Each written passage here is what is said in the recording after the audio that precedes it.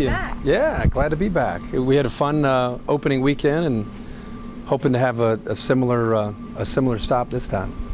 We were out here being sports writers and kind of doing our keys to the game tomorrow night. What are your keys for Clemson to win, for Florida State to win? If you start with Clemson, I think that the atmosphere obviously is a huge advantage for them, and I think that they've got to keep the crowd in the game as a factor. I think Vic Beasley in that pass rush has to affect a young quarterback in Jameis Winston.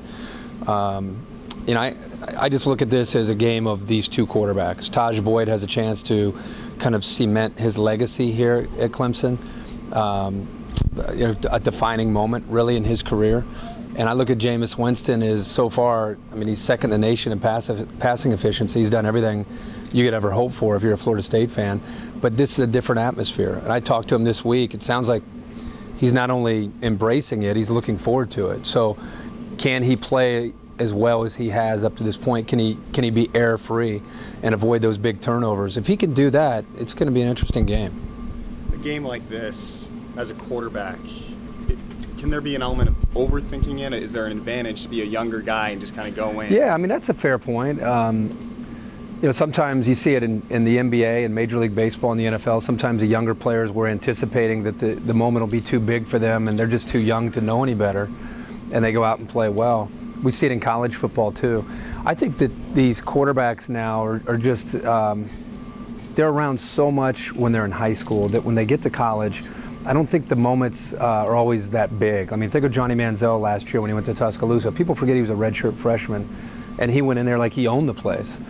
And Jameis Winston has some similar attributes from an intangible standpoint that Johnny has. So we'll learn a lot more about him. Is he not just young enough, but does he have that brash confidence, that inner belief that he's going to be able to make plays? I believe he has a lot of confidence in the people around him, and I think that's what really allows him to play at a level that he's been able to play up to this point. But until you get out there and you can't hear, and you basically, your left tackle's looking back like what's going on, and Vic Beasley's getting a good jump on the ball, until you see him respond to that, you just don't know. Aaron Murray came in here and played pretty well. He had a few turnovers. They got some pressure on him, but he's a veteran. It'll be interesting to see how Jameis plays. So talking about that noise and the hand signals and stuff, he was mentioned as saying, he's got it, I got it, I'm not worried. He got the hand signals down, but how far can hand signals really The college football today with these spread offenses where they are no huddle, he makes a very valid point that a lot of their offensive communication is through hand signals. They look over as a whole offense, not the line, but the quarterback, running back, receivers look over, and they all get the same signal. In some cases, they look at their wristband. In some cases, they're just getting the play from the sideline.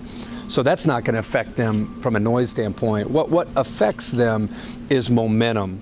If this game were Tallahassee, Clemson fans know what it felt like when Florida State got on a roll in the fourth quarter. It was like, oh my gosh, they're on a run. What can we do to stop them? And the same thing is now true now that it's in Death Valley.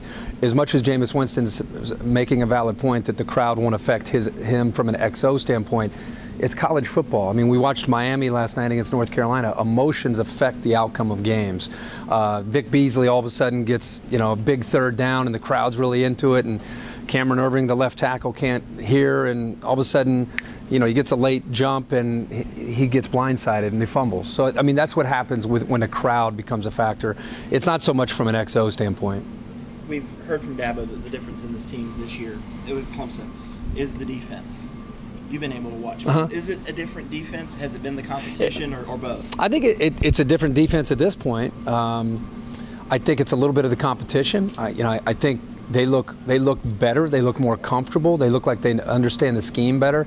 Second year that Brent's been here, coming from Oklahoma. I think last year, when you're a defender and you're thinking about keys and you're thinking about your assignment, you might be a guy that on combine you might run a 4.40, but then you play at a 4.7 because you're just thinking too much. They look like they're playing faster defensively, but they haven't been tested the way they will be in this game since the Georgia game. I think the best offense they've faced since that Georgia game is ranked like 55th in the country. So here comes a top 10 offense.